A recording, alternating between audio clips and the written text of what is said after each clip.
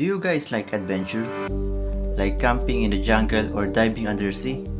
But sometimes you may encounter dangerous animals in your trip. So you need to watch this to know which animals you should avoid and don't attempt to touch. These are the top 10 most poisonous animals.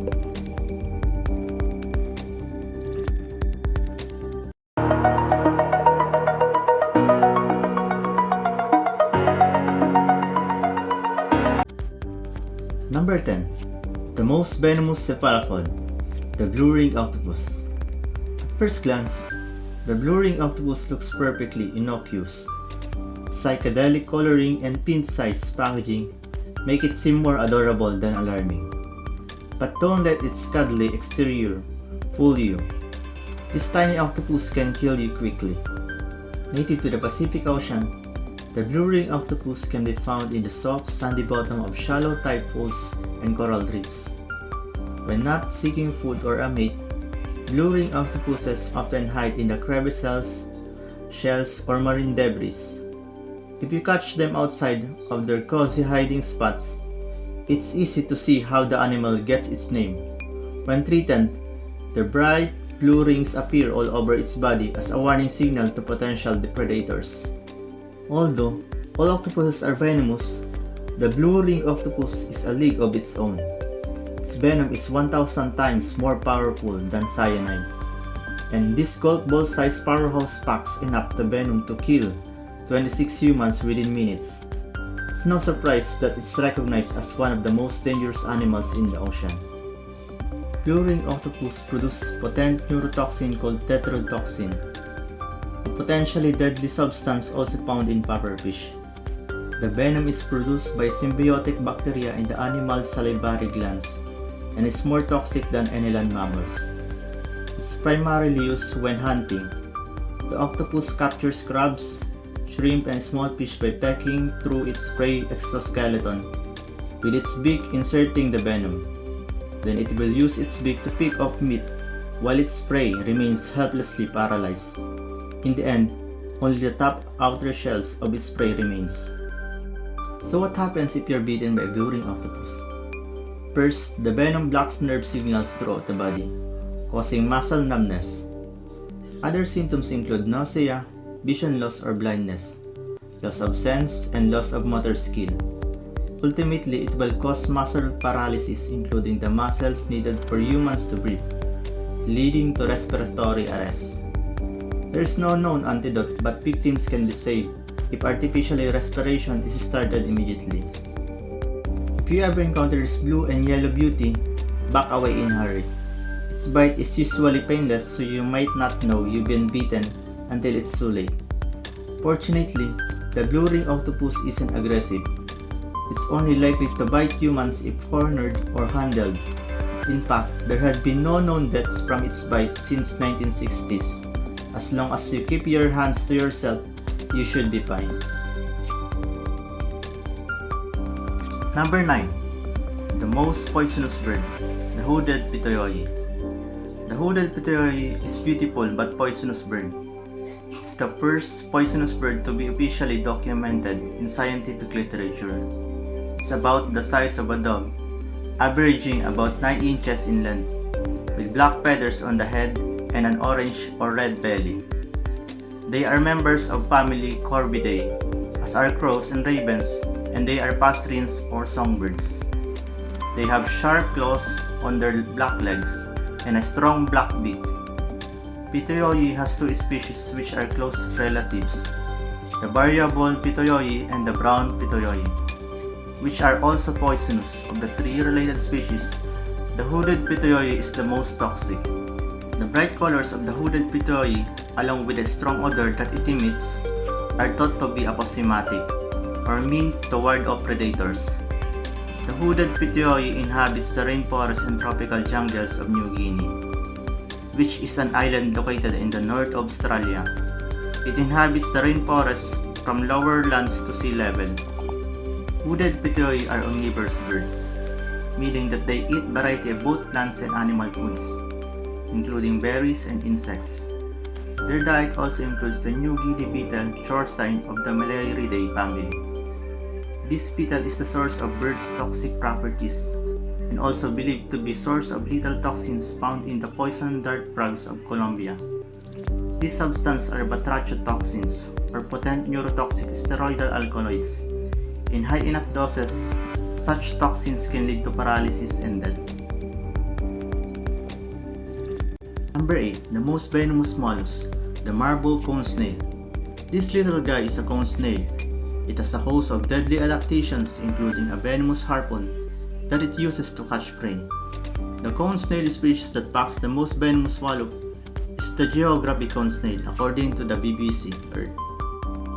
Cone snails are a group of marine animals found in tropical oceans and seas around the world. Though some live in more temperate habitats like waters around southern California, the Mediterranean Sea and around southern Cape of South Africa. The cone snail's highly specialized teeth, known as raduli, work like a combination hypodermic needle and harpoon to skewer and poison its prey. The snail toxins target the nervous system, paralyzing its victim and allowing the snail to get over its meal at its own speed.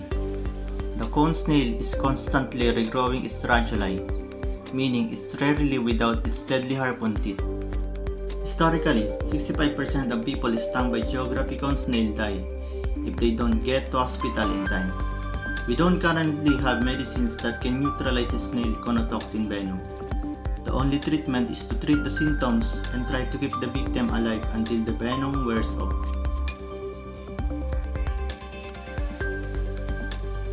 Number 7. The most venomous mammal, the platypus. The platypus is only one of the 5 species of egg-laying mammal known as monotremes. All monotremes are native to Australia and New Guinea. The platypus has a range of features that make it quite unlike any other animal. With a large bill, a paddle-like tail, webbed feet, and a furry body, this funny-looking animal produces venom that evolved to cause pain, mainly to other platypus. Male platypus possess a sharp set of spores on their hind heels and use their venom against other males to maintain their territory. The venom is produced seasonally, increasing in the mating season. Envenomation of humans are not unheard of. The platypus causes swelling at the site of sting and a long-lasting excruciating pain that cannot be relieved by conventional painkillers, including morphine. Some patients have been recorded to suffer from nausea, cold sweats, and muscle wastage of the hand. While there have been no reported human fatalities from platypus, they have been known to kill dogs, which have been unlucky enough to be stung by their sharp spur. Number 6. The most venomous jellyfish, the sea wasp. They may not look dangerous, but the sting from a box jellyfish could be enough to send you to Davy Jones' locker, a watery grave. Box jellyfish, named for their body shape, have tentacles covered in biological booby traps known as nematocysts, tiny darts loaded with poison. People and animals unfortunate enough to be injected with this poison may experience paralysis, cardiac arrest, and even death, all within a few minutes of being stung. But don't choose the mountains over the ocean just yet. Of the 50 of species of box jellyfish, also called sea wasp, only a few have a venom that can be lethal to humans. While box jellyfish are found in warm coastal waters around the world, the lethal varieties are found primarily in the Indo-Pacific region and northern Australia. This includes the Australian box jellyfish called Chironex fleckeri, considered the most venomous marine animal. Chironex fleckeri is the largest of the box jellyfish, with a body size reaching up to 1 foot diameter and a thick bootlace-like tentacles up to 10 feet long. Number 5. The most venomous insect, the Maricopa harvester ant. When discussing venomous insects, it's important to maintain a sense of perspective. The honeybee is technically venomous, but you need to get stung about 10,000 times all at once to kick the bucket. The Maricopa harvester ant is an order of magnitude more dangerous. You need to sustain only about 300 bites from this Arizona pest to pay a premature visit to pearly gates, which is well within the realm of possibility of for unwary tourists. Maricopa harvester ants are not only highly venomous, but also one of the most common species of ants in Arizona. The Maricopa harvester ant is typically red or red-brown in color, growing up to half-inch in length. They are capable of building large sound-bound nests that may extend several feet underground. Nests feature cemented caps, which are formed from calcium carbonate deposits brought up to top by worker ants during nest construction. They are very similar to the California harvester ant, but are unique species displaying difference in behavior and nest building techniques. Not only the sting is extremely painful, often lasting hours, it secretes a chemical signal to other ants in the area to take part in the attack. These attacks are similar to that well-known fire ant, and will bite in order to touch to the skin of the victim, allowing it to spin around its stronghold, stinging multiple times. While not generally known to be lethal, it is described as one of the most painful insect stings around, and with the potential for multiple stings from one ant followed by coordinated attack from other members of the colony. The Maricopa harvester ant bite and sting is definitely one to be avoided.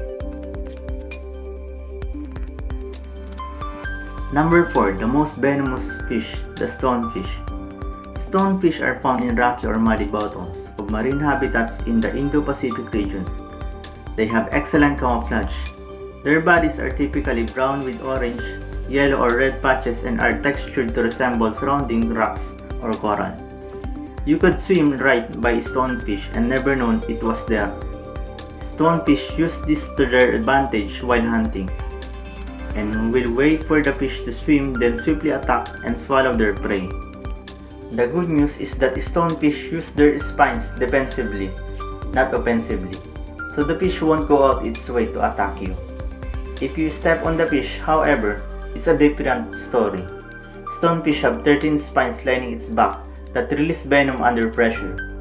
If you accidentally step on a stonefish thinking it's a harmless rock, it will pop up its dorsal spines and release venom from 2 sacs at the base of each spine.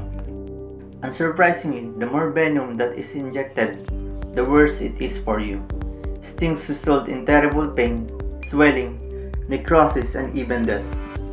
One victim wrote online that after being stung on the finger, it was like having each knuckle, then the wrist, elbow, and shoulder being hit in turn with a sledgehammer over the course of about an hour. Number 3. The most venomous snake, the inland taipan. The inland taipan is a venomous snake of the Taipan genus commonly found in semi-arid regions of Central East Australia. The inland taipan is not just a venomous snake. It's considered the most venomous snake in the world by many people. When compared to drop for drop and based on medium-lethal dose of LD50, its venom is far the most toxic of any land snake or even sea snakes.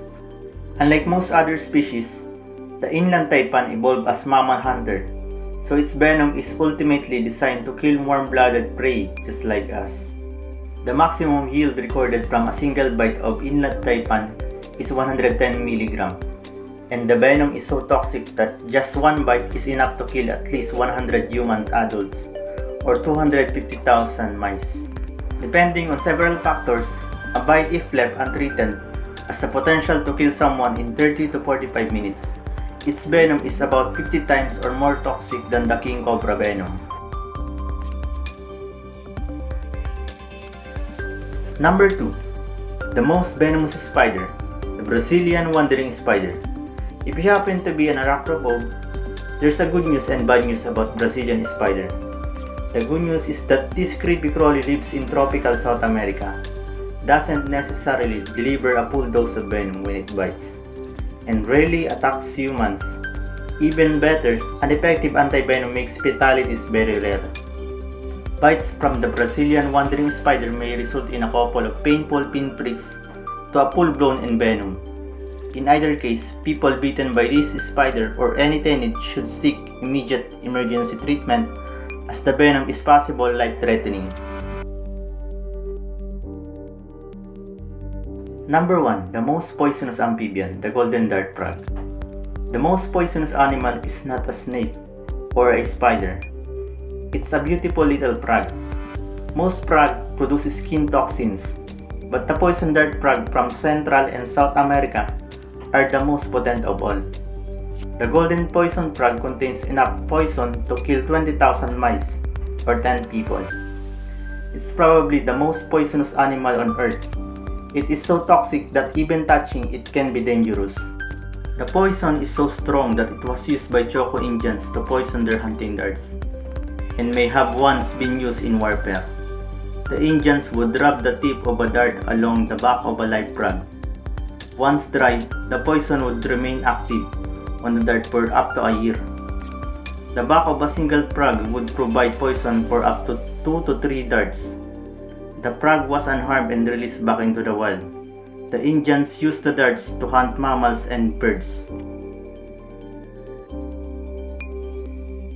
And these are the top 10 most poisonous animals. This is NYK TV here, and now you know.